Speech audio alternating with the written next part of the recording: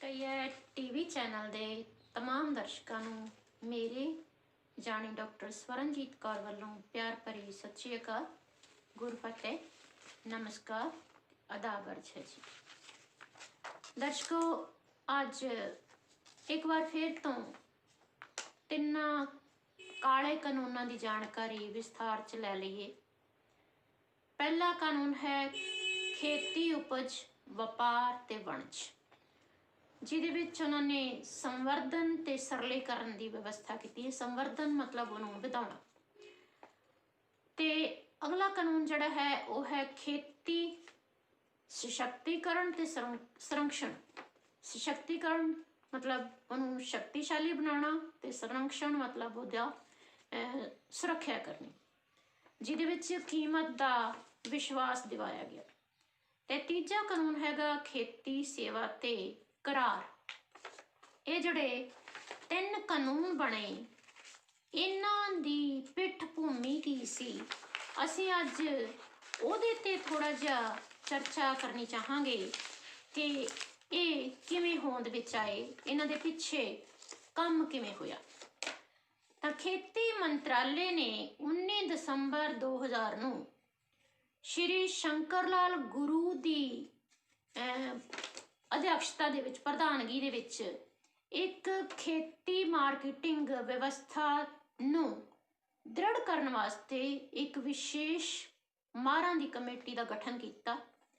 ਉਹਨੇ ਆਪਣੀਆਂ ਸਿਫਾਰਸ਼ਾਂ 2001 'ਚ ਦਿੱਤੀਆਂ ਤੇ ਕਿਹਾ ਕਿ ਇਹ ਜਿਹੜੀ ਸਮਿਤੀ ਹੈ ਇਹ ਸਿਫਾਰਿਸ਼ ਕਰਦੀ ਹੈ ਕਿ ਜਿਹੜਾ ਜ਼ਰੂਰੀ ਵਸਤਾਂ ਦਾ ਅਧਿਨਿਯਮ ਹੈ ਉਹਨੂੰ ਖਤਮ ਕਰ ਦਿੱਤਾ ਜਾਵੇ, ਮੁਕਤ ਬਾਜ਼ਾਰ ਤੇ ਕੰਮ ਹੋਵੇ, 50 ਮੈਗਾ ਮਾਰਕੀਟਸ, ਵੱਡੀਆਂ ਮਾਰਕੀਟਸ ਦੀ ਸਥਾਪਨਾ ਹੋਵੇ।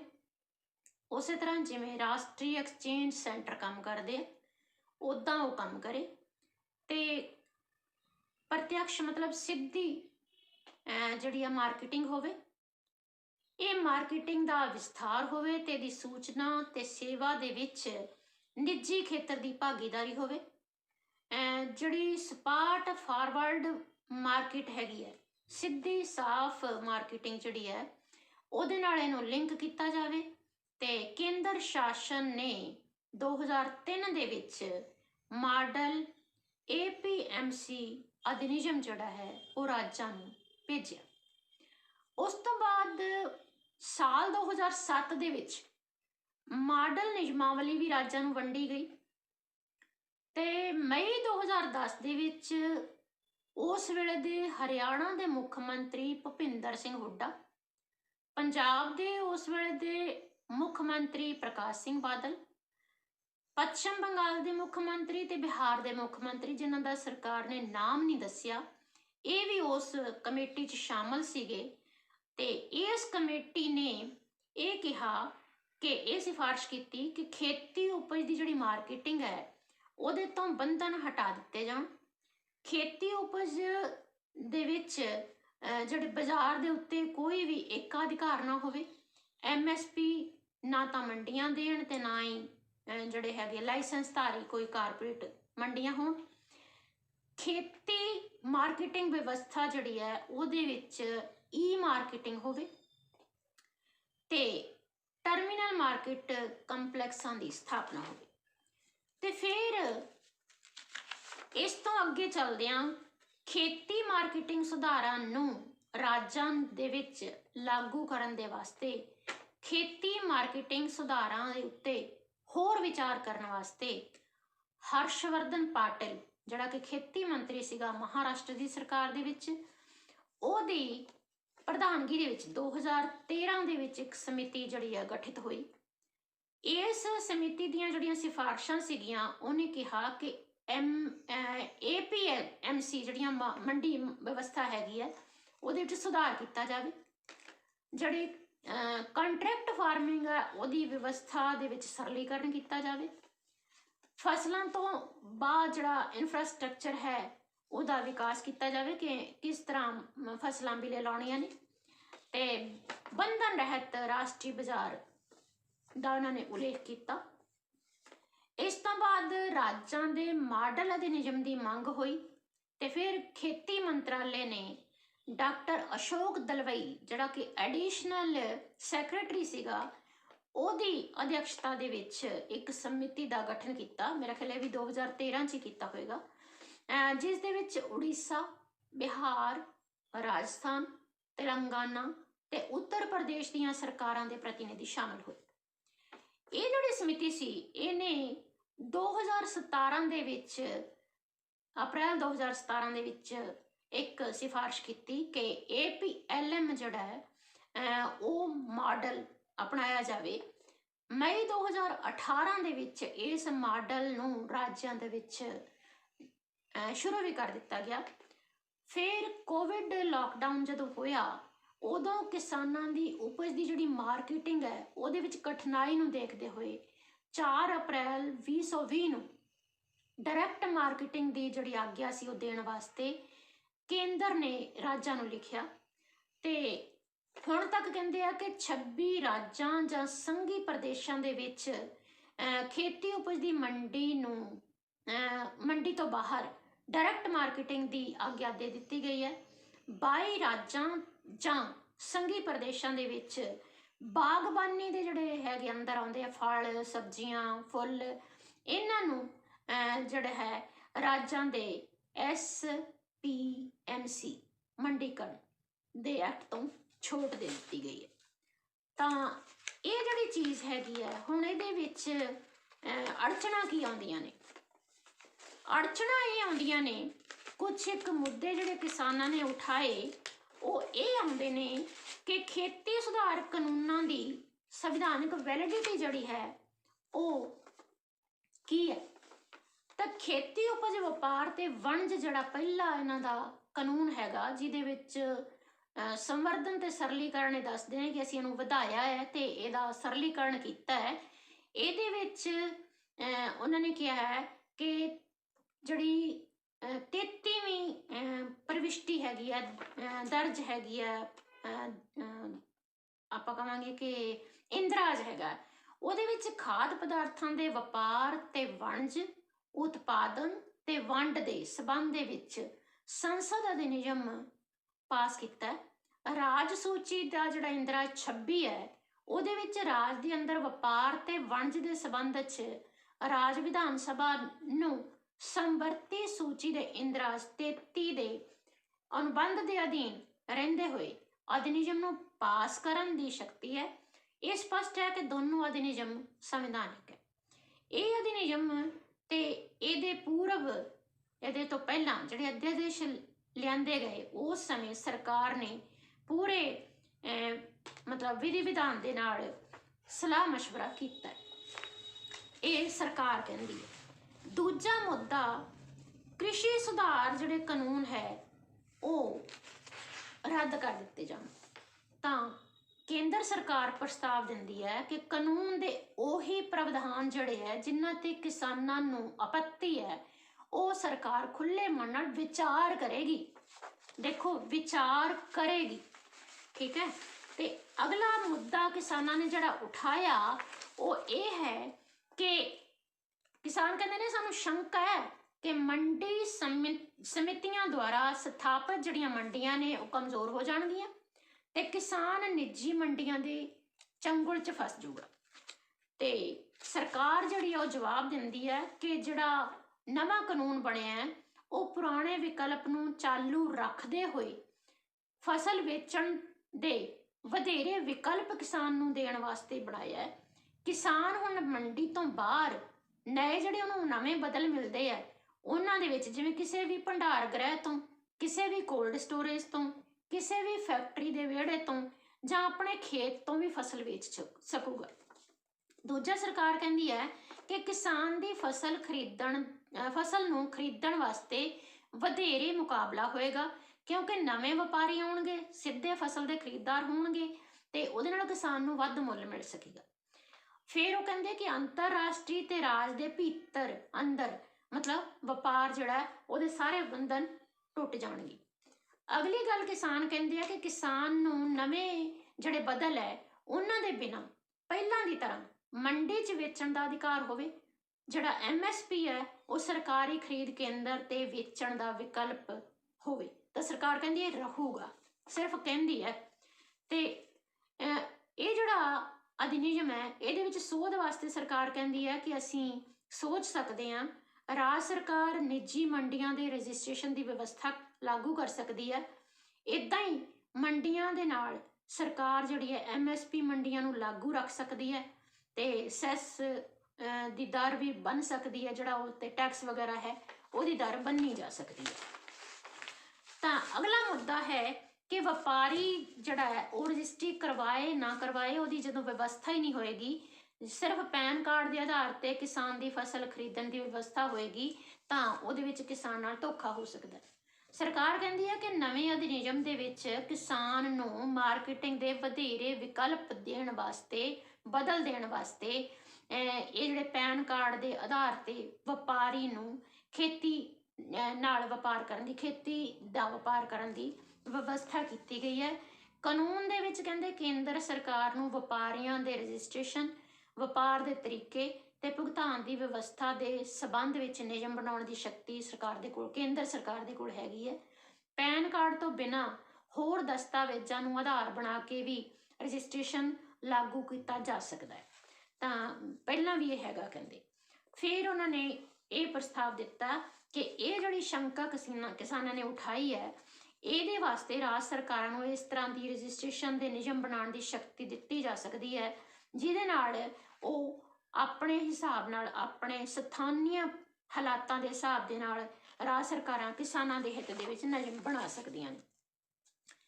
ਤਾਂ ਅਗਲਾ ਮੁੱਦਾ ਕਿਸਾਨਾਂ ਨੇ ਉਠਾਇਆ ਕਿ ਕਿਸਾਨ ਨੂੰ ਜਿਹੜਾ ਉਹਦਾ ਕਿਸੇ ਨਾਲ ਵੀ ਵਿਵਾਦ ਹੁੰਦਾ ਹੈ ਉਹਦੇ ਵਾਸਤੇ ਕਿਸੇ ਵੀ ਸਿਵਲ ਨਿਆਂਲਿਆ ਦੇ ਵਿੱਚ, ਸਿਵਲ ਅਦਾਲਤ ਦੇ ਵਿੱਚ ਜਾਣ ਦਾ ਕੋਈ ਵਿਕਲਪ ਹੀ ਨਹੀਂ ਦਿੱਤਾ ਗਿਆ, ਬਦਲ ਹੀ ਨਹੀਂ ਦਿੱਤਾ ਗਿਆ। ਇਹਦੇ ਨਾਲ ਕਿਸਾਨ ਨੂੰ ਨਿਆਂ ਨਹੀਂ ਮਿਲੇਗਾ ਕਿਉਂਕਿ ਕਿਸਾਨਾਂ ਦੇ ਵਾਸਤੇ ਸਹੀ ਸੁਲਭ ਜਿਹੜਾ ਨਿਆਂ ਹੈ, ਸੌਖਾ ਨਿਆਂ ਮਿਲ ਸਕੇ ਤੇ ਵਿਵਾਦ ਦਾ ਹੱਲ ਸਥਾਨੀ ਸਤਰ ਤੇ ਹੋ ਸਕੇ, 30 ਦਿਨ ਦੇ ਅੰਦਰ ਅੰਦਰ ਹੋ ਸਕੇ, ਸਰਕਾਰ ਨੇ ਇਹ ਪ੍ਰਾਵਧਾਨ ਤਾਂ ਕੀਤਾ ਹੈ, ਇਹ ਤਾਂ ਉਹਨਾਂ ਨੂੰ ਅਧਿਕਾਰ ਦਿੱਤਾ ਹੈ। ਦੋਨਾਂ ਦੇ ਨਿਯਮਾਂ ਦੇ ਵਿੱਚ ਪਹਿਲੀ ਵਿਵਸਥਾ ਜਿਹੜੀ ਸੁਲਹ ਬੋਰਡ ਦੇ ਅੰਤਰਗਤ ਇਹ ਸਮਝੌਤਾ ਹੋ ਜਾਵੇ ਤਾਂ ਚੰਗਾ। ਤੇ ਕਿਸਾਨ ਹੁਣ ਸਰਕਾਰ ਕਹਿੰਦੀ ਹੈ ਕਿ ਜੇ ਇਹ ਸ਼ੰਕਾ ਕਰਦੇ ਨੇ ਕਿਸਾਨ ਤਾਂ ਇਹ ਵਿਵਾਦਾਂ ਦੇ ਸੁਲਝਾਉਣ ਵਾਸਤੇ ਨਵੇਂ ਕਾਨੂੰਨਾਂ ਦੀ ਵਿਵਸਥਾ ਵੀ ਕੀਤੀ ਜਾ ਸਕਦੀ, ਜਿਹਦੇ ਵਿੱਚ ਸਿਵਲ ਨਿਆਂਲਿਆ 'ਚ ਜਾਣ ਦਾ ਵਿਕਲਪ ਵੀ ਦਿੱਤਾ ਜਾ ਸਕਦਾ।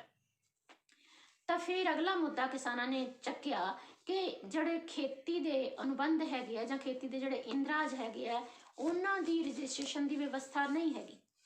ਖੇਤੀ ਸਸ਼ਕਤੀਕਰਨ ਤੇ ਸੰਰਕਸ਼ਣ ਜਿਹੜਾ ਇਹਨਾਂ ਨੇ ਬਿੱਲ ਬਣਾਇਆ ਹੈ ਉਹਦੇ ਵਿੱਚ ਕੀਮਤ ਦਾ ਜਿਹੜਾ ਵਿਸ਼ਵਾਸ ਦਿੱਤਾ ਗਿਆ ਹੈ, ਖੇਤੀ ਸੇਵਾ ਤੇ ਕਰਾਰ ਅਧਿਨਿਯਮ ਬਣਾਇਆ ਗਿਆ ਹੈ, ਉਹਦੇ ਅੰਦਰ ਪਹਿਲਾਂ ਤੋਂ ਹੀ ਰਾਜ ਸਰਕਾਰ ਕਰਾਰ ਤੇ ਰਜਿਸਟ੍ਰੇਸ਼ਨ ਦੀ ਵਿਵਸਥਾ ਬਣਾਉਣ ਦਾ ਉਹਨਾਂ ਕੋਲੇ ਪਹਿਲਾਂ ਹੀ ਕਾਨੂੰਨ ਹੈਗਾ। ਜਿਹੜਾ ਰਜਿਸਟ੍ਰੇਸ਼ਨ ਹੈ ਉਹਦੀ ਸਥਾਪਨਾ ਦਾ ਅਧਿਕਾਰ ਵੀ ਰਾਜ ਸਰਕਾਰ ਕੋਲ ਹੈਗਾ। ਤਾਂ ਕੇਂਦਰ ਸਰਕਾਰ ਕਹਿੰਦੀ ਹੈ ਕਿ ਜਦੋਂ ਤੱਕ ਰਾਜ ਸਰਕਾਰਾਂ ਜਿਹੜੀਆਂ ਨੇ ਉਹ ਰਜਿਸਟ੍ਰੇਸ਼ਨ ਦੀ ਵਿਵਸਥਾ ਨਹੀਂ ਬਣਾਉਂਦੀਆਂ ਉਦੋਂ ਤੱਕ ਸਾਰੇ ਲਿਖਤ ਕਰਾਰਾਂ ਦੀ ਇੱਕ ਜਿਹੜੀ ਪ੍ਰਤੀਲਿਪੀ ਹੈ ਜਾਂ ਇੱਕ ਕਾਪੀ ਜਿਹੜੀ ਹੈ ਕਰਾਰ ਤੇ ਹਸਤਾਖਰ ਹੋਣ ਦੇ 30 ਦਿਨ ਦੇ ਅੰਦਰ ਅੰਦਰ ਸੰਬੰਧਿਤ SDM ਕਾਰਿਆਲੇ ਦੇ ਵਿੱਚ ਦੇਣੀ ਪਊਗੀ। ਉਹਦੇ ਵਾਸਤੇ ਇੱਕ ਵਿਵਸਥਾ ਕੀਤੀ ਜਾ ਸਕਦੀ ਹੈ। ਤਾਂ ਫਿਰ ਕਿਸਾਨ ਕਹਿੰਦੇ ਨੇ ਕਿ ਕਿਸਾਨ ਦੀ ਭੂਮੀ ਤੇ ਵੱਡੇ ਉਦਯੋਗਪਤੀ ਕਬਜ਼ਾ ਕਰ ਲੈਣਗੇ ਤੇ ਕਿਸਾਨ ਭੂਮੀ ਤੋਂ ਵੰਚਿਤ ਹੋ ਜਾਊਗਾ। ਤਾਂ ਕ੍ਰਿਸ਼ੀ ਕਰਾਰ ਅਧਿਨਿਯਮ ਦੇ ਅੰਤਰਗਤ ਜਿਹੜੀ ਗੱਲ ਕੀਤੀ ਗਈ ਹੈ, ਖੇਤੀ ਭੂਮੀ ਦੀ ਵਿਕਰੀ ਜਾਂ ਖੇਤੀ ਭੂਮੀ ਦੀ ਲੀਜ਼ ਜਾਂ ਮਾਰਟਗੇਜ ਦੇ ਉੱਤੇ ਕਿਸੇ ਪ੍ਰਕਾਰ ਦਾ ਕਰਾਰ ਨਹੀਂ ਹੋ ਸਕਦਾ। ਇਹ ਪ੍ਰਾਵਧਾਨ ਦਿੱਤਾ ਗਿਆ ਹੈ ਕਿ ਕਿਸਾਨ ਦੀ ਭੂਮੀ ਤੇ ਕਿਸੇ ਤਰ੍ਹਾਂ ਦੀ ਸੰਰਚਨਾ ਜਾਂ ਨਿਰਮਾਣ ਨਹੀਂ ਹੋ ਸਕਦਾ। ਜੇ ਨਿਰਮਾਣ ਕੀਤਾ ਜਾਂਦਾ ਹੈ ਤਾਂ ਉਸ ਨੂੰ ਕਰਾਰ ਦੀ ਜਿਹੜੀ ਸੀਮਾ ਹੈ, ਸਮਾਂ ਸੀਮਾ ਉਹਦੇ ਸਮਾਪਤ ਹੋਣ ਤੇ ਫਸਲ ਖਰੀਦਦਾਰ ਹਟਾ ਲਊਗਾ। ਜੇ ਸੰਰਚਨਾ ਨਹੀਂ ਹਟਾਈ ਜਾਂਦੀ ਤਾਂ ਉਹਦੀ ਮਲਕੀਅਤ ਕਿਸਾਨ ਦੀ ਹੋਏਗੀ। ਇਹ ਜਿਹੜਾ ਆਸ਼ੰਕਾ ਕਿਸਾਨਾਂ ਨੇ ਜ਼ਾਹਰ ਕੀਤੀ ਹੈ, ਜਿਹੜੀ ਇਸ ਕਾਨੂੰਨ ਦੇ ਵਿੱਚ ਦਿੱਤੀ ਗਈ ਹੈ, ਤਾਂ ਕਿਸਾਨਾਂ ਵਾਸਤੇ ਸਰਕਾਰ ਕਹਿੰਦੀ ਹੈ ਕਿ ਪਹਿਲਾਂ ਤੋਂ ਹੀ ਇਹ ਜਿਹੜਾ ਹੈ ਪ੍ਰਾਵਧਾਨ ਜਿਹੜਾ ਬਦਲ ਹੈ, ਸਪਸ਼ਟ ਹੈ। ਫਿਰ ਵੀ किसान की भूमि ते बनाई जाने वाली कोई भी जिहड़ी इमारत है ਉਹਦੇ वास्ते ਜਿਹੜਾ स्पॉन्सर होगा ਜਾਂ खरीददार होगा ਉਹਦੇ द्वारा किसी तरह का ऋण नहीं लिता जा सकता, मतलब कर्जा नहीं लिता जा सकता, ते ना ही इहो जी संरचना ਉਹਦੇ द्वारा अपने कब्जे च रखी जा सकती है। तो अगला मुद्दा किसानों ने चुक्या कि किसान की भूमि की कुर्की हो सकती है, क्योंकि इस अधिनियम च लिखा गया है ਜਾਂ कानून च लिखा गया कि कृषि करार अधिनियम की धारा 15 के अंतर्गत यह स्पष्ट प्रावधान किया गया कि किसान की भूमि के विरुद्ध किसी तरह की वसूली हेतु कुर्की नहीं हो सकती। इस अधिनियम के विच किसान के उत्ते कोई पेनल्टी नहीं लग सकती, जबकि खरीददार व्यापारी के विरुद्ध बकाया राशि के 150% का जुर्माना लग सकता है। जिथे व्यापारी करार के अंतर्गत फसल नूं पूरे मुल ते खरीदण लई बाध्य है, मतलब जरूरी है, उत्थे किसान ते दा कोई बंधन नहीं। ते हुण सरकार कहती है कि इहदे वास्ते असीं प्रस्ताव ये दिंदे आ कि किस भावें असीं पूरा इहदा प्रावधान कर दिता है, लिख के दे दिता है, पर फिर भी किसी तरह का स्पष्टीकरण की जे लोड़ होवे तां उहनूं असीं फिर तो जारी कर सकते हैं। अगला मुद्दा किसानों ने चुक्या कि किसानों को अपनी उपज समर्थन मुल के उत्ते MSP के उत्ते सरकारी एजेंसी के माध्यम नाल वेचण का विकल्प जिहड़ा बदल जिहड़ा वो समाप्त हो जाऊगा ते सारी खेती उपज व्यापारी के निजी हत्थां 'च चली जाऊगी। नवे अधिनियम दे विच समर्थन मुल की व्यवस्था ते सरकारी खरीदी का कोई दखल नहीं दिता गया। तो समर्थन मुल के केंद्रां की स्थापना का अधिकार राज सरकारां नूं है। वो इन्हां केंद्रां नूं मंडियां 'च स्थापित करने लई सुतंत्र है। केंद्र सरकार लगातार समर्थन मुल की खरीदी की व्यवस्था मजबूत करेगी, जिसका उदाहरण इस वर्ष रबी ते खरीफ की बंपर खरीदारी तो हो गया है। सो अपने वालों लॉलीपॉप दिता जा रहा कि MSP लागू रहेगी। तो अगों प्रस्ताव दिंदी है केंद्र सरकार के MSP की वर्तमान खरीदी व्यवस्था के संबंध च लिखित आश्वासन जां उन्होंने जिहड़ा है लिखित दे विच दे दिता जाएगा कि ये MSP खत्म नहीं होएगी। बिजली संशोधन विधेयक 2020 समाप्त किया जाए, किसानों ने यह कहा। तो वो कहते कि ये अजे चर्चा वास्ते रखा गया DBT के संबंध दे विच, मतलब जिहड़ी बिजली है ਉਹਦੇ संबंध दे विच राज सरकार पहला ही सबसिडी का भुगतान सीधे उपभोक्ता के खाते च जमा करा सकूगी। तो केंद्र सरकार कहती है कि किसानों के बिजली बिल के भुगतान की वर्तमान व्यवस्था च कोई बदल परिवर्तन नहीं किया जाऊगा। अगों किसान कहते हैं कि एयर क्वालिटी मैनेजमेंट जिहड़े पराली साड़न का मुद्दा है उन्होंने समाप्त किया जाए। हुण जिहड़ा उन्होंने प्रावधान किया जां हुण जिहड़ा उन्होंने संशोधन किया है ਉਹਦੇ ਵਿੱਚ पराली जलाउण ते जुर्माना ते अपराधिक कार्रवाई की जा सकती है। तो किस जिहड़ी केंद्र सरकार आ वो कहती है कि पराली नूं जलाउण नाल जिहड़ा कानून बन रहा है जां असीं जिहड़ा आर्डीनेंस लिआंदा है ਉਹਦੇ अंदर किसानां दीयां जिन्नियां भी आपत्तियां हैगियां जां जिन्ने भी उन्हां दे शंके हैगे आ उन्हां दा समुचित समाधान कर दिता जाऊगा, बनदा समाधान कर दिता जाऊगा।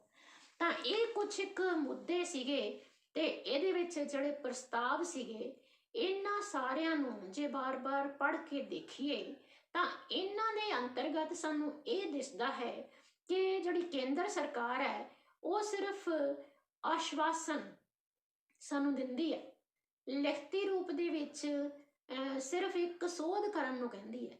ਹੁਣ ਇਹ ਦੱਸੋ ਕਿ ਜੇ ਲਿਖਤੀ ਸੋਧਾਂ ਇੰਨੀਆਂ ਕਰਨੀਆਂ ਨੇ, ਇਹ ਲਿਖਤੀ ਸੋਧਾਂ ਇੰਨੀਆਂ ਕਰਨ ਦੇ ਨਾਲ ਜਿਹੜਾ ਅਸਲੀ ਕਾਨੂੰਨ ਹੈ ਉਹਦੀ ਵਜ੍ਹਾ ਕਤਾ ਕਿੱਥੇ ਰਹਿ ਜਾਏਗੀ, ਖਤਮ ਹੋ ਜਾਏਗਾ ਨਾ ਅਸਲੀ ਕਾਨੂੰਨ।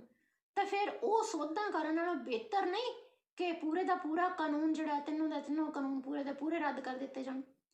ਉਹ ਸਾਰੇ ਦੇ ਸਾਰੇ ਕਾਨੂੰਨ ਰੱਦ ਕਰਕੇ ਦੁਬਾਰਾ ਤੋਂ ਕਿਸਾਨਾਂ ਦੀ ਰਾਏ ਲੈ ਕੇ ਕਿਸਾਨਾਂ ਦੇ ਕਹਿਣ ਅਨੁਸਾਰ ਜੋ ਸੋਧਾਂ ਚਾਹੀਦੀਆਂ ਨੇ ਉਹ ਕਰਨੀਆਂ ਚਾਹੀਦੀਆਂ। ਤੇ ਕੇਂਦਰ ਸਰਕਾਰ ਨੂੰ ਇਹ ਕੀ ਹਫੜਾ ਦਫੜੀ ਪਈ ਸੀ ਕਿ ਕਰੋਨਾ ਕਾਲ ਦੇ ਚਲਦਿਆਂ ਉਹ ਹਫੜਾ ਦਫੜੀ ਦੇ ਵਿੱਚ ਇੱਕ ਇਹ ਅਧਿਨਿਯਮ ਤਿਆਰ ਕਰਦੀ ਹੈ, ਲੈ ਕੇ ਆਉਂਦੀ ਹੈ ਤੇ ਫਿਰ ਬੜੀ ਕਾਹਲੀ ਦੇ ਵਿੱਚ ਉਹ ਕਾਨੂੰਨ ਪਾਸ ਕਰਵਾਉਂਦੀ ਹੈ। ਰਾਜ ਸਭਾ ਦੇ ਵਿੱਚ ਵੀ ਉਹ ਬਹਿਸ ਨਹੀਂ ਕਰਵਾਉਂਦੀ, ਸਗੋਂ ਉੱਦਾਂ ਹੀ ਹੁੱਲੜਬਾਜ਼ੀ ਦੇ ਵਿੱਚ ਕਾਨੂੰਨ ਪਾਸ ਕਰਵਾ ਦਿੰਦੀ ਹੈ। ਤੇ ਇਸ ਤੋਂ ਕੇਂਦਰ ਸਰਕਾਰ ਦੀ ਜਿਹੜੀ ਮਨਸ਼ਾ ਹੈ ਉਹ ਜੱਗ ਜ਼ਾਹਰ ਹੋ ਜਾਂਦੀ ਹੈ ਕਿ ਉਹ ਕਿਸਾਨਾਂ ਦੀ ਆੜ ਦੇ ਵਿੱਚ ਕਾਰਪੋਰੇਟ ਘਰਾਣਿਆਂ ਨੂੰ ਲਾਭ ਪਹੁੰਚਾਉਣਾ ਚਾਹੁੰਦੀ ਹੈ। ਤੇ ਕਿਤੇ ਨਾ ਕਿਤੇ ਇਹ ਉਹ ਮੰਨੇ ਵੀ ਨੇ ਕੇਂਦਰੀ ਮੰਤਰੀ ਕਿ ਹਾਂ, ਇਹ ਕਿਸਾਨਾਂ ਲਈ ਕਾਨੂੰਨ ਬਣਾਏ ਨਹੀਂ ਗਏ, ਬਲਕਿ ਵਪਾਰੀਆਂ ਲਈ ਬਣੇ ਹੋਏ ਕਾਨੂੰਨ ਨੇ, ਉਹ ਵੀ ਕਾਰਪੋਰੇਟ ਘਰਾਣਿਆਂ ਲਈ ਬਣੇ ਹੋਏ ਕਾਨੂੰਨ ਨੇ। ਤਾਂ ਭਾਈ ਕਾਰਪੋਰੇਟ ਘਰਾਣਿਆਂ ਲਈ ਤੁਸੀਂ ਕਾਨੂੰਨ ਬਣਾਉਂਦੇ ਹੋ ਤੇ ਕਿਸਾਨਾਂ ਦੀ ਬਲੀ ਕਾਹਦੇ ਲਈ ਦਿੰਦੇ ਹੋ? ਕਿਸਾਨਾਂ ਦੀ ਬਲੀ ਦਿੰਦੇ ਹੋ ਉਹ ਵੀ ਚਲਾਕੀ ਦੇ ਨਾਲ, ਉਹ ਵੀ ਇਸ ਤਰ੍ਹਾਂ ਕਿ ਕਿਸਾਨਾਂ ਨੂੰ ਇਹ ਲੱਗੇ ਕਿ ਉਹਨਾਂ ਦੀ ਆਮਦਨ ਦੁੱਗਣੀ ਕਰ ਰਹੇ ਨੇ। ਭਾਈ ਕਿਸਾਨ ਇੰਨੇ ਬੇਵਕੂਫ ਨਹੀਂ ਰਹਿ ਗਏ ਹੁਣ, ਕਿਸਾਨ ਪੜ੍ਹ ਲਿਖ ਗਏ ਨੇ, ਉਹਨਾਂ ਦੇ ਬੱਚੇ ਪੜ੍ਹੇ ਲਿਖੇ ਨੇ, ਉਹ ਸਾਰਾ ਕੁਝ ਜਾਣਦੇ ਨੇ, ਉਹ ਸਾਰਾ ਕੁਝ ਸਮਝਦੇ ਨੇ। ਜੇ ਤੁਸੀਂ ਇਕਨੋਮਿਕਸ ਪੜ੍ਹ ਕੇ ਆਪਣੇ ਮੰਤਰੀ ਮੰਡਲ ਦੇ ਵਿੱਚ ਬੈਠੇ ਹੋ, ਜਾਂ ਤੁਸੀਂ ਆਪਣੇ ਦਫ਼ਤਰਾਂ ਦੇ ਵਿੱਚ ਏਸੀ ਕਮਰਿਆਂ 'ਚ ਬੈਠੇ ਹੋ, ਜਾਂ ਤੁਸੀਂ ਹੀਟਰਾਂ ਦੇ ਅੰਦਰ ਥੱਲੇ ਬੈਠੇ ਹੋ, ਤਾਂ ਸਾਡੇ ਜਿਹੜੇ ਕਿਸਾਨ ਨੇ ਉਹ ਪੜ੍ਹ ਲਿਖ ਕੇ ਖੇਤਾਂ ਦੇ ਵਿੱਚ ਅਮਲੀ ਰੂਪ ਦੇ ਵਿੱਚ ਕੰਮ ਕਰ ਰਹੇ ਨੇ। ਉਹਨਾਂ ਨੂੰ ਅਮਲੀ ਰੂਪ ਦੇ ਵਿੱਚ ਉਸ ਚੀਜ਼ ਦਾ ਜ਼ਿਆਦਾ ਪਤਾ ਹੋਏਗਾ ਕਿ ਤੁਹਾਨੂੰ ਏਸੀ ਕਮਰਿਆਂ 'ਚ ਬੈਠਣ ਵਾਲਿਆਂ ਨੂੰ ਜ਼ਿਆਦਾ ਪਤਾ ਹੋਏਗਾ, ਪ੍ਰੈਕਟੀਕਲ ਜ਼ਿਆਦਾ ਪਤਾ ਹੋਏਗਾ, ਜਾਂ ਥਿਊਰੀ ਪੜ੍ਹਨ ਵਾਲਿਆਂ ਨੂੰ ਜ਼ਿਆਦਾ ਪਤਾ ਹੋਏਗਾ। ਤਾਂ ਪਿਆਰੇ ਦਰਸ਼ਕੋ, ਇੱਥੇ ਇੱਕ ਗੱਲ ਹੋਰ ਵੀ, ਉਹ ਇਹ ਹੈ ਕਿ ਜਿਹੜੇ ਇਹ ਕਾਨੂੰਨ ਬਣਾਏ ਗਏ, ਇਹ ਕਾਨੂੰਨਾਂ ਦੇ ਵਿੱਚ ਜਿਹੜੀ ਗੱਲ ਕੀਤੀ ਗਈ ਉਹ ਵਪਾਰੀਆਂ ਦੇ ਲਾਭ ਲਈ ਇਸ ਕਰਕੇ ਕੀਤੀ ਗਈ ਕਿ ਜਿਹੜੇ ਕਾਰਪੋਰੇਟ ਘਰਾਣੇ ਨੇ ਉਹ ਬਹੁਤ ਦੂਰ ਦੀ ਸੋਚਦੇ ਨੇ। ਬਹੁਤ ਦੂਰ ਦੀ ਸੋਚਣ ਵਾਲੇ ਇਹ ਦੂਰ ਅੰਦੇਸ਼ੀ ਕਾਰਪੋਰੇਟ ਘਰਾਣੇ, ਇਹਨਾਂ ਦੀ ਅੱਖ ਹੁਣ ਪੰਜਾਬ ਦੀ ਜਿਹੜੀ ਬਾਰਡਰ ਸੀਮਾ ਹੈ ਉਹਦੇ ਤੇ ਲੱਗੀ ਹੋਈ ਹੈ, ਉਹਦੀਆਂ ਜ਼ਮੀਨਾਂ ਤੇ ਲੱਗੀ ਹੋਈ ਹੈ। ਉਹ ਕਿਉਂ ਲੱਗੀ ਹੋਈ ਆ? ਕਾਰਨ ਇਹ ਹੈ ਕਿ ਤੇਲ ਦੇ ਭੰਡਾਰ ਖਤਮ ਹੋ ਰਹੇ ਨੇ। ਆਉਣ ਵਾਲੇ ਕੁਝ ਸਾਲਾਂ ਦੇ ਵਿੱਚ ਪੈਟਰੋਲ ਤੇ ਡੀਜ਼ਲ ਖਤਮ ਹੋ ਜਾਣਗੇ।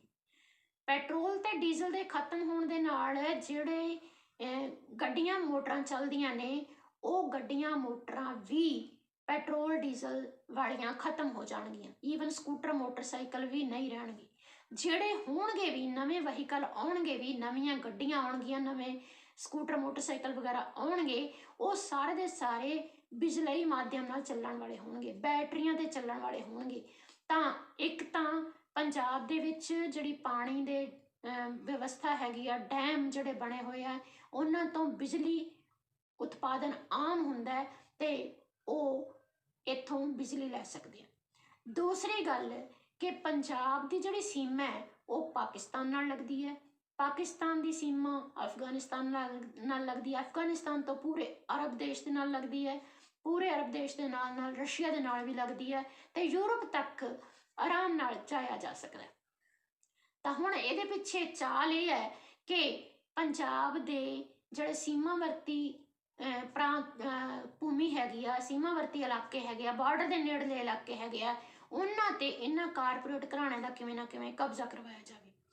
ਉਹਨਾਂ ਤੇ ਕਾਰਪੋਰੇਟ ਘਰਾਣਿਆਂ ਦਾ ਕਬਜ਼ਾ ਕਰਵਾ ਕੇ, ਵੈਸੇ ਤਾਂ ਬਾਕੀ ਜਿਹੜੀ ਪੰਜਾਬ ਦੀ ਉਪਜ ਹੈ ਜਾਂ ਪੰਜਾਬ ਦੀ ਜਿਹੜੀ ਜ਼ਮੀਨ ਹੈ ਉਹ ਬਹੁਤ ਉਪਜਾਊ ਹੈ ਤੇ ਜਿਹੜੇ ਪੰਜਾਬੀ ਨੇ ਉਹ ਪੂਰੇ ਮਿਹਨਤੀ ਹੈ, ਆਪਣੇ ਤੌਰ ਤੇ ਕਿਸੇ ਨਾ ਕਿਸੇ ਤਰੀਕੇ ਨਾਲ ਉਹ ਆਪਣੇ ਖੇਤਾਂ 'ਚੋਂ ਉਪਜ ਕੱਢੀ ਲਈ ਆਉਂਦੇ ਨੇ ਤੇ ਕਿਵੇਂ ਨਾ ਕਿਵੇਂ ਆਪਣਾ ਜਿਹੜਾ ਹੈ ਗੁਜ਼ਾਰਾ ਕਰ ਰਹੇ ਨੇ। ਲੇਕਿਨ ਬਾਕੀ ਪੰਜਾਬ ਦੀ ਜ਼ਮੀਨ ਦੇ ਨਾਲੋਂ ਇਹਨਾਂ ਕਾਰਪੋਰੇਟ ਘਰਾਣਿਆਂ ਦੀ ਅੱਖ ਜਿਹੜੀ ਹੈ ਉਹ ਬਾਰਡਰ ਦੇ ਉੱਤੇ ਲੱਗੀ ਹੋਈ ਹੈ, ਜਿਹੜੇ ਪਾਕਿਸਤਾਨ ਦੇ ਨਾਲ ਬਾਰਡਰ ਲੱਗਦਾ।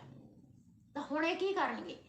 ਇਹਨਾਂ ਖੇਤਰਾਂ ਦੇ ਵਿੱਚ ਇਹ ਆਪਣੇ ਵੱਡੇ ਵੱਡੇ ਸਾਈਲੋ ਕਾਇਮ ਕਰਨਗੇ। ਜਿਵੇਂ ਆਪਾਂ ਦੇਖਦੇ ਹਾਂ ਕਿ ਮੋਗਾ ਫਿਰੋਜ਼ਪੁਰ ਰੋਡ ਦੇ ਉੱਤੇ ਅਡਾਨੀ ਦਾ ਪੂਰਾ ਸਾਈਲੋ ਵੱਡਾ ਸਾਰਾ ਬਣਿਆ ਹੋਇਆ, ਜਿਹਦੇ ਵਿੱਚ ਰੇਲ ਗੱਡੀ ਅੰਦਰ ਜਾਂਦੀ ਹੈ। ਤਾਂ ਇਸ ਤਰ੍ਹਾਂ ਦੇ ਸਾਈਲੋ ਬਣਾਉਣਗੇ ਜਿਹਦੇ ਵਿੱਚੋਂ ਰੇਲ ਗੱਡੀਆਂ ਅੰਦਰ ਜਾਣਗੀਆਂ। ਤਾਂ ਰੇਲ ਗੱਡੀਆਂ ਦਾ ਜਿਹੜਾ ਰਸਤਾ ਹੈ ਜਾਂ ਜਿਹੜਾ ਸੜਕੀ ਆਵਾਜਾਈ ਦੇ ਰਾਹੀਂ ਰਸਤਾ ਹੈ ਉਹ ਪਾਕਿਸਤਾਨ ਦੇ ਨਾਲ ਸਾਡਾ ਲੱਗਦਾ ਹੈ। ਪਾਕਿਸਤਾਨ ਦੇ ਨਾਲ ਲੱਗਣ ਕਰਕੇ ਪਾਕਿਸਤਾਨ ਦੇ ਵਿੱਚ ਆਉਣਾ ਜਾਣਾ ਬਹੁਤ ਆਸਾਨ ਹੋ ਜਾਏਗਾ। ਤਾਂ ਹੌਲੀ ਹੌਲੀ ਇਹ ਕਾਰਪੋਰੇਟ ਘਰਾਣੇ ਕੇਂਦਰ ਦੀ ਬਾਂਹ ਮਰੋੜ ਕੇ ਫਿਰ ਪਾਕਿਸਤਾਨ ਦੇ ਸਾਰੇ ਲਾਂਘੇ ਖੁਲਵਾਉਣ ਦਾ ਵੀ ਤਹਈਆ ਕਰਨਗੇ ਤੇ ਉਹ ਸਾਰੇ ਲਾਂਘੇ ਖੁਲਵਾ ਲੈਣਗੇ। ਪਾਕਿਸਤਾਨ ਦੇ ਨਾਲ ਖੁੱਲ੍ਹਾ ਵਪਾਰ ਕਰਨਗੇ।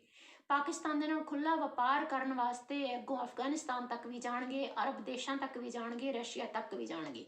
क्योंकि इन्हां दी जिहड़ी उत्थे जाण दी कॉस्ट होएगी वो बहुत घट होएगी ते जिहड़ा उत्थों मुनाफा होएगा बहुत ज़्यादा होएगा। ये भी असीं सुणदे हां कि अफगानिस्तान वर्गे देशां दे विच जिहड़ी सब्जियां ने वो बहुत महंगियां ने, ईवन मीट नालों भी महंगियां ने। ਤਾਂ ਫਲ ਫਰੂਟ ਜਿਹੜਾ ਹੈ ਜਦੋਂ ਇੱਥੋਂ ਜਾਏਗਾ ਤੇ ਉੱਥੋਂ ਬਹੁਤ ਵੱਡਾ ਮੁਨਾਫਾ ਇਹਨਾਂ ਨੂੰ ਮਿਲੇਗਾ।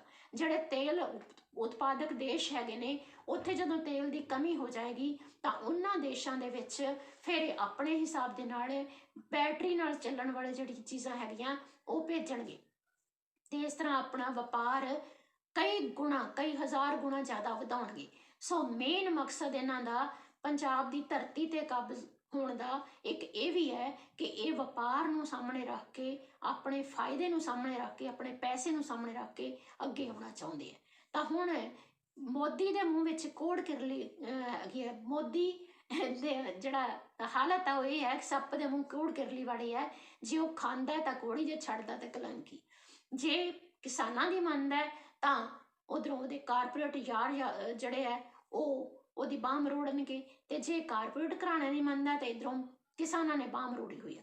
ਪਰ ਇੱਕ ਗੱਲ ਬੜੀ ਸਪਸ਼ਟ ਹੈ ਕਿ ਕਿਸਾਨ ਜਿਹੜੇ ਨੇ ਉਹ ਚਾਹੇ ਪੰਜਾਬ ਦੇ ਨੇ, ਪੰਜਾਬ ਦਾ ਕਿਸਾਨ ਭਾਵੇਂ ਅਗਵਾਈ ਕਰ ਰਿਹਾ ਇਹ ਤਾਂ ਹੈ ਹੀ ਅਣਖੀ ਤੇ ਇਹ ਆਪਣੀ ਜਿੱਦ ਮਨਵਾਉਣ ਲਈ ਜਾਣਿਆ ਜਾਂਦਾ ਹੈ। ਪਰ ਇਹਦੇ ਨਾਲ ਜਿਹੜੇ ਹਰਿਆਣਾ ਤੇ ਹੋਰ ਸੂਬਿਆਂ ਦੇ ਕਿਸਾਨ ਵੀ ਆ ਕੇ ਖੜੇ ਹੋ ਗਏ ਨੇ, ਉਹਦੇ ਨਾਲ ਦੇਸ਼ ਵਿਆਪੀ ਅੰਦੋਲਨ ਬਣ ਗਿਆ ਹੈ। ਇਹ ਪੰਜਾਬ ਦਾ ਅੰਦੋਲਨ ਨਹੀਂ ਰਿਹਾ। ਚਾਹੇ ਇਸ ਨੂੰ ਜਿਹੜਾ ਗੋਦੀ ਮੋਦੀ ਮੀਡੀਆ ਹੈ ਉਹ ਇਸ ਨੂੰ ਖਾਲਿਸਤਾਨੀ ਰੰਗਤ ਦੇਈ ਜਾਵੇ, ਚਾਹੇ ਇਸ ਨੂੰ ਅੱਤਵਾਦੀ ਰੰਗਤ ਦੇਈ ਜਾਵੇ, ਚਾਹੇ ਇਸ ਨੂੰ ਕਿਸੇ ਵੀ ਤਰ੍ਹਾਂ ਦੀ ਪੁੱਠੀ ਸਿੱਧੀ ਰੰਗਤ ਦੇਈ ਜਾਵੇ, ਚਾਹੇ ਗਰਮ ਖਿਆਲੀਆਂ ਦਾ ਨਾਂ ਦੇਈ ਜਾਵੇ, ਚਾਹੇ ਇਹਨੂੰ ਕਮਿਊਨਿਸਟਾਂ ਦਾ ਨਾਂ ਦੇਈ ਜਾਵੇ, ਕਿਸੇ ਵੀ ਤਰੀਕੇ ਦਾ ਨਾਮ ਦੇਈ ਜਾਵੇ, ਪਰ ਅਸਲ ਦੇ ਵਿੱਚ ਇਹ ਮੋਰਚਾ ਸ਼ਾਂਤੀ ਨਾਲ ਭਰਪੂਰ ਮੋਰਚਾ ਹੈ ਜਿਹਦੇ ਵਿੱਚ ਹਿੰਸਾ ਅਜੇ ਤੱਕ ਨਹੀਂ ਹੋਈ। 2.5 ਮਹੀਨੇ ਤੋਂ ਉੱਪਰ ਹੋ ਚੱਲਿਆ। ਅੱਜ 20ਵਾਂ ਦਿਨ ਤਾਂ ਦਿੱਲੀ ਬੈਠਿਆਂ ਨੂੰ ਵੀ ਹੋ ਗਿਆ, 2 ਮਹੀਨੇ ਇੱਥੇ ਪੰਜਾਬ ਬੈਠਿਆਂ ਨੂੰ ਰਹੇ, ਉਹਨਾਂ ਨੇ ਕੋਈ ਹਿੰਸਾ ਦੀ ਕਾਰਵਾਈ ਨਹੀਂ ਹੋਣ ਦਿੱਤੀ। ਤਾਂ ਇਸ ਤਰੀਕੇ ਨਾਲ ਜਿਹੜੀ ਅਗਵਾਈ ਕਰ ਰਹੇ ਜੱਥਿਆਂ ਦੀ, ਜਥੇਬੰਦੀਆਂ ਦੀ ਅਗਵਾਈ ਕਰਨ ਵਾਲੇ ਲੋਕ ਨੇ ਉਹ ਬੜੇ ਸੂਝ-ਬੂਝ ਨਾਲ, ਬੜੇ ਠਰਮੇ ਨਾਲ ਚੱਲ ਰਹੇ ਨੇ, ਬੜੇ ਵਧੀਆ ਸੁਚਾਰੂ ਢੰਗ ਦੇ ਨਾਲ, ਦੂਰਦ੍ਰਿਸ਼ਟੀ ਨਾਲ ਚੱਲ ਰਹੇ ਨੇ। ਸੋ ਕੇਂਦਰ ਸਰਕਾਰ ਨੂੰ ਇਸ ਚੀਜ਼ ਨੂੰ ਮੰਨ ਕੇ ਚੱਲਣਾ ਪਏਗਾ ਕਿ ਇਹਨਾਂ ਦਾ ਜਿਹੜਾ ਅੰਦੋਲਨ ਹੈ ਉਹ ਸ਼ਾਂਤਮਈ ਅੰਦੋਲਨ ਹੈ ਤੇ ਜੇ ਕਿਸੇ ਤਰੀਕੇ ਨਾਲ ਇਹ ਕੇਂਦਰ ਸਰਕਾਰ ਜ਼ਬਰਦਸਤੀ ਇਹਨਾਂ ਤੋਂ ਖਾਲੀ ਵੀ ਕਰਵਾਉਣਾ ਚਾਹੇਗੀ ਦਿੱਲੀ ਦੇ ਬਾਰਡਰ, ਜਾਂ ਕੋਈ ਹਿੰਸਕ ਕਾਰਵਾਈ ਕਰਕੇ ਇਹਨਾਂ ਨੂੰ ਉੱਥੋਂ ਉਖਾੜਨਾ ਵੀ ਚਾਹੇਗੀ, ਤਾਂ ਪੂਰੇ ਸੰਸਾਰ ਦੇ ਵਿੱਚ ਇਸ ਸਰਕਾਰ ਦੀ ਇੰਨੀ ਕੁ ਬੇਇੱਜ਼ਤੀ ਹੋ ਜਾਏਗੀ ਕਿ ਇਹਨਾਂ ਨੂੰ ਮੂੰਹ ਦਿਖਾਉਣਾ ਵੀ ਔਖਾ ਹੋ ਜਾਏਗਾ। ਹੁਣੇ ਹੀ ਬਹੁਤ ਸਾਰੇ ਲੋਕ ਜਿਹੜੇ ਆ ਵਿਦੇਸ਼ਾਂ 'ਚ ਬੈਠੇ, ਪੰਜਾਬੀ ਤਾਂ ਪੰਜਾਬੀ ਬਲਕਿ ਉਹਨਾਂ ਦੇਸ਼ਾਂ ਦੀਆਂ ਸਰਕਾਰਾਂ ਵੀ ਇਸ ਸ਼ਾਂਤਮਈ ਅੰਦੋਲਨ ਨੂੰ ਦੇਖ ਕੇ ਆਸ਼ਾਸ਼ ਕਰ ਉੱਠੀਆਂ ਨੇ ਕਿ ਇੰਨਾ ਸ਼ਾਂਤਮਈ ਅੰਦੋਲਨ ਦੁਨੀਆ ਦੇ ਇਤਿਹਾਸ ਵਿੱਚ ਸ਼ਾਇਦ ਪਹਿਲੀ ਵਾਰੀ ਹੋਇਆ। ਸੋ ਮੇਰੇ ਵੀਰ ਪੰਜਾਬੀਓ, ਯੋਧੇ ਪੰਜਾਬੀਓ, ਤੁਹਾਨੂੰ ਦਿਲੋਂ ਸਲੂਟ ਹੈ। ਤੁਸੀਂ ਬਹੁਤ ਵਧੀਆ ਕੰਮ ਕਰ ਰਹੇ ਹੋ। ਇਸੇ ਤਰ੍ਹਾਂ ਸ਼ਾਂਤੀ ਠਰਮੇ ਨਾਲ ਚੱਲਦੇ ਰਹਿਣਾ, ਅੱਗੇ ਵਧਦੇ ਰਹਿਣਾ। ਭਾਵੇਂ ਤੁਹਾਡੇ ਅੰਦਰ ਵੀ ਛੋਟੀਆਂ ਮੋਟੀਆਂ ਗੱਲਾਂ ਬਾਤਾਂ ਹੁੰਦੀਆਂ ਰਹਿੰਦੀਆਂ ਨੇ, ਲੇਕਿਨ ਹਰ ਇੱਕ ਘਰ ਦੇ ਵਿੱਚ ਹੁੰਦੀਆਂ ਨੇ, ਉਹਨਾਂ ਤੋਂ ਘਬਰਾਉਣਾ ਨਹੀਂ, ਪਰ ਆਪਣੀ ਹਲੀਮੀ, ਆਪਣੀ ਨਿਮਰਤਾ, ਆਪਣੇ ਠਰਮੇ ਨੂੰ ਬਣਾਈ ਰੱਖਣਾ, ਸ਼ਾਂਤੀ ਦੇ ਨਾਲ ਚੱਲਦੇ ਰਹਿਣਾ। ਅਸੀਂ ਇੱਕ ਨਾ ਇੱਕ ਦਿਨ ਇਸ ਜਿਹੜੀ ਆਕੜ ਵਾਲੀ ਸਰਕਾਰ ਹੈ ਜਾਂ ਜਿਹੜੀ ਹੱਠੀ ਸਰਕਾਰ ਹੈ ਇਸ ਨੂੰ ਇੱਕ ਦਿਨ ਜ਼ਰੂਰ ਝੁਕਾ ਲਵਾਂਗੇ। ਸੋ ਪਰਮਾਤਮਾ ਤੁਹਾਡੇ ਅੰਗ ਸੰਗ ਵਿਚਰ ਰਿਹਾ, ਉਸ ਦੇ ਹੁਕਮ ਨਾਲ ਤੁਸੀਂ ਚੱਲ ਰਹੇ ਹੋ, ਕਿਉਂਕਿ ਇੰਨੇ ਵੱਡੇ ਅੰਦੋਲਨ ਨੂੰ, ਲੱਖਾਂ ਦੀ ਹਾਜ਼ਰੀ ਨੂੰ ਅਨੁਸ਼ਾਸਿਤ ਰੱਖਣਾ ਕਿਸੇ ਇੱਕ ਬੰਦੇ ਜਾਂ 10 ਬੰਦਿਆਂ ਦੇ ਵੱਸ ਦੀ ਗੱਲ ਨਹੀਂ ਹੁੰਦੀ। ਤੇ ਇੱਥੇ ਮੰਨ ਕੇ ਚੱਲਣਾ ਪਏਗਾ ਕਿ ਇੱਥੇ ਗੁਰੂ ਸਾਹਿਬ ਆਪ ਵਰਤਦੇ ਨੇ। ਪਹਿਲੀ ਪਾਤਸ਼ਾਹੀ ਦੀ ਜੋਤ ਤੋਂ ਲੈ ਕੇ 10 ਪਾਤਸ਼ਾਹੀਆਂ ਦੀ ਜੋਤ ਤੁਹਾਡੇ ਅੰਗ ਸੰਗ ਵਿਚਰ ਰਹੀ ਹੈ। ਗੁਰੂ ਗ੍ਰੰਥ ਸਾਹਿਬ ਦੀ ਅਗਵਾਈ ਤੁਹਾਡੇ ਕੰਮਾਂ ਤੋਂ ਜ਼ਾਹਰ ਹੋ ਰਹੀ ਹੈ। ਸੋ ਤੁਸੀਂ ਇਸ ਗੁਰਮਤਿ ਵਿਚਾਰਧਾਰਾ ਦੇ ਆਸ਼ੇ ਨੂੰ ਮੁੱਖ ਰੱਖ ਕੇ ਚੱਲਦੇ ਹੋ ਤਾਂ ਤੁਹਾਨੂੰ ਦਿਲੋਂ ਪ੍ਰਣਾਮ ਹੈ, ਤੁਹਾਡੇ ਅੱਗੇ ਨਤਮਸਤਕ ਹਾਂ। ਤੁਸੀਂ ਇਸੇ ਤਰ੍ਹਾਂ ਆਪਣੇ ਅੰਦੋਲਨ ਨੂੰ ਅੱਗੇ ਵਧਾਓ ਤੇ ਦੁਆ ਹੈ ਕਿ ਛੇਤੀ ਤੋਂ ਛੇਤੀ ਜਿੱਤ ਕੇ ਵਾਪਸ ਆਓ।